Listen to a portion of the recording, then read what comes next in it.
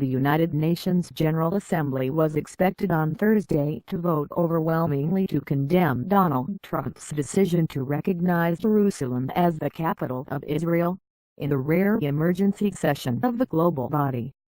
The 193-nation General Assembly was to vote on a draft resolution calling for Mr. Trump's declaration to be withdrawn, which was vetoed by the United States in the 15-member Security Council on Monday. The U.S. cannot veto the General Assembly resolution. Paid content. Hillary Clinton buys house next door to her Chappaqua home. Hillary Clinton buys house next door to her Chappaqua home mansion. Global. The ultimate way to get cheap hotel rooms. The ultimate way to get cheap hotel rooms. Trip censure recommended by Nikki Haley, U.S. Ambassador to the UN, used her speech ahead of the vote to emphasize that the United States is the single largest contributor to the UN and its agencies, and said that in return it expected support for its decision.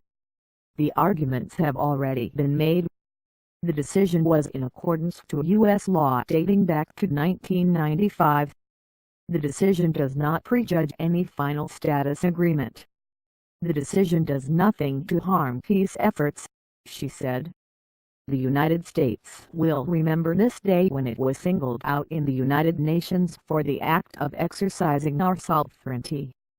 America will put our embassy in Jerusalem.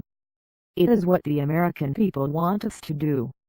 This vote will make a difference at how America looks at the UN, and how we look at countries who disrespect us at the UN. But Riyad al-Maliki, foreign minister of the Palestinian Authority, told the Assembly, "We meet today not due to any animosity towards the United States, but because of a decision that counts as an aggression. The decision will not affect the status of Jerusalem.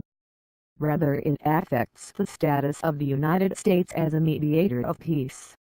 He said they had ignored warnings about inflaming tensions, and described the decision as illegal and provocative.